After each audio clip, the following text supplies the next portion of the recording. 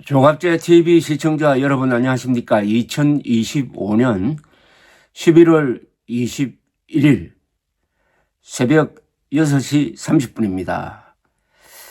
트럼프 미국 대통령이 윤석열 전 대통령을 닮아가고 있습니다.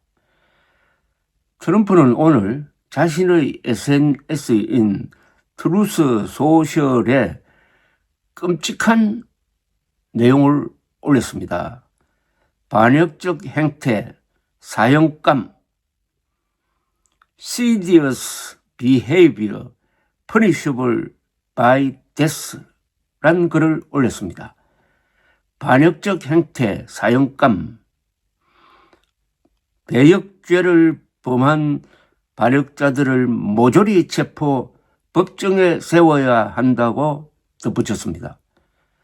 6명의 민주당 하원 의원들이 군대와 정보기관 종사자들에게 트럼프가 만약 불법적 명령을 내리면 불복할 것을 호소하는 성명을 발표한 데 대한 격한 반응이었습니다. 이들 6명의 국회의원은 군 및 정보기관 근무 경력자들입니다. 윤석열 전 대통령이 폭탄주를 마시고 군 지휘관들에게 한동훈 등을 잡아오면 쏴 죽이겠다고 했다는 곽종건 전 특전사령관의 법정 증언을 연상시킵니다.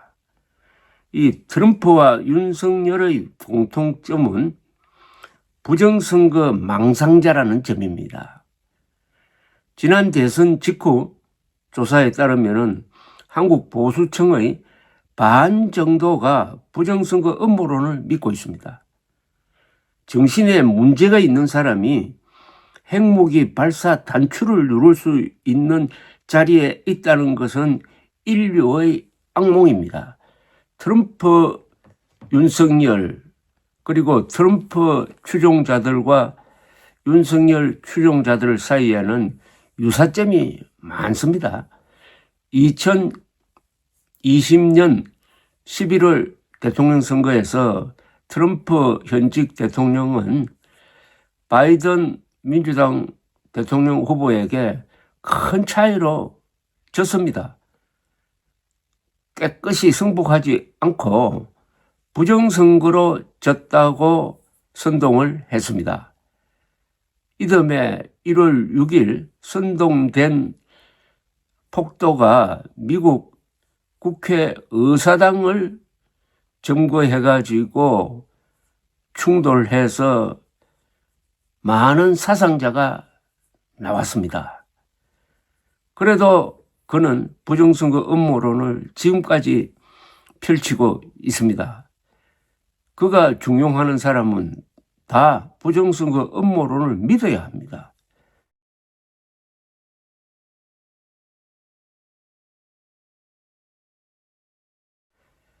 그러니까 지금 양심 있는 미국 국회의원들이 저러다가 만약 군대를 동원하면 어떻게 하느냐 하는 걱정을 하던 끝에 군 및 정보기관 종사자들에게 만약 트럼프 대통령이 불법적 명령을 내리면은 저항하라는 호소를 하기에 이르렀다는 이야기죠.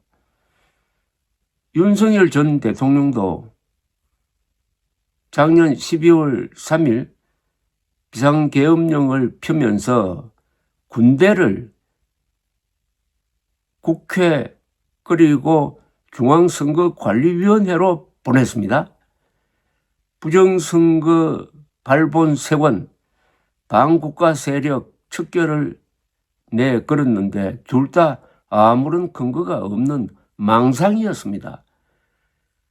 군 통수권자가 망상에 사로잡혀서 군대를 동원한다든지 망상에 사로잡혀서 핵무기 발사 단추를 누르면은 어떻게 되겠습니까?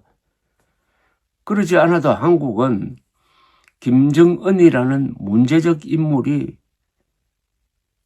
북한에서 핵 미사일 발사 단추를 만지작거리는 그런 상황 속에 놓여 있습니다.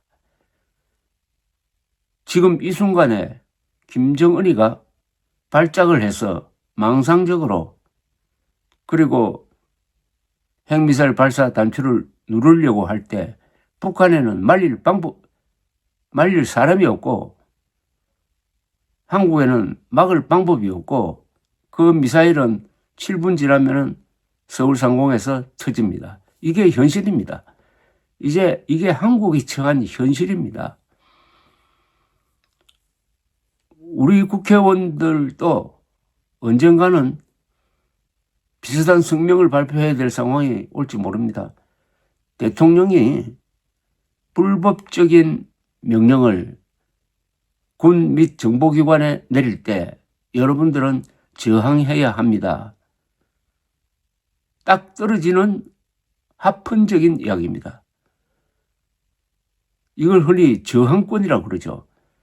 대통령이 불법적인 명령을 내릴 때는 공무원은 거기에 맞설 헌법적인 의무와 권한이 있습니다.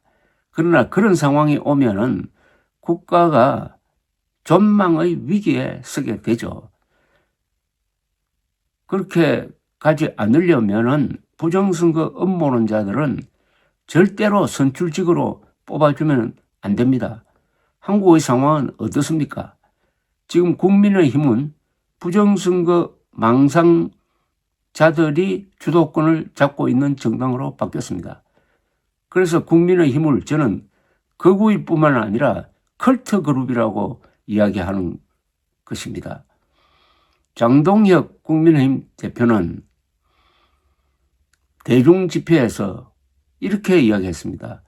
우리가 황교안이다. 황교안을 지켜야 된다. 그리고 부정선거 망상자 윤석열을 만나고 나와서는 하나가 되어 싸우자고 했습니다. 부정선거 망상자들끼리 모여가지고 싸우자? 누구와 싸우는 겁니까? 대한민국과 싸우자는 이야기죠. 헌법에 도전하겠다는 이야기죠. 이들이 이재명 정부의 실정을 공격하면은 그게 먹히겠습니까?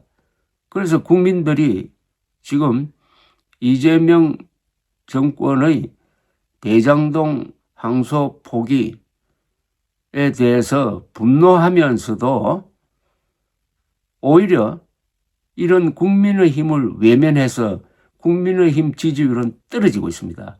그것은 다행입니다. 부정선거 음모론은 정신병입니다. 전염병입니다. 정신적 전염병입니다. 정신병이 전염됩니다. 그것은 코로나보다 훨씬 더 무서운 악영향을 지금 한국에서 발휘하고 있습니다. 여러분 주변에서 부정선거 망상자가 한 사람이라도 있으면은 가정이, 부부관계가 또는 조직이 파탄 난다는 것을 잘 알고 있을 것입니다. 부정선거 음모론 때문에 대한민국이 분열되었습니다. 대한민국은 좌우 대결보다는 부정선거 음모론과 거기에 반대하는 사람 사이의 관계가 훨씬 더 나쁩니다. 누가 이 짓을 했느냐? 딱 한 사람을 집으라면 윤석열입니다. 윤석열이 느닷없이 작년 12월 군대를 동원하면서 부정선거가 있었다. 그 배후에는 중국이다. 라고 선동을 함으로써 일단 잠잠해졌던 부정선거 음모론이 전국적으로 전 국민 속으로 파고들도록 만들었습니다. 이 부분에 대해서는 가차없이 윤석열을 처벌하고 앞으로 부정선거 음모론이 거짓인 줄 알면서도 유튜브를 통해서 이 거짓을 확산시키고 그것으로 돈을 벌고 있는 자는 반드시 형사처벌해야 됩니다.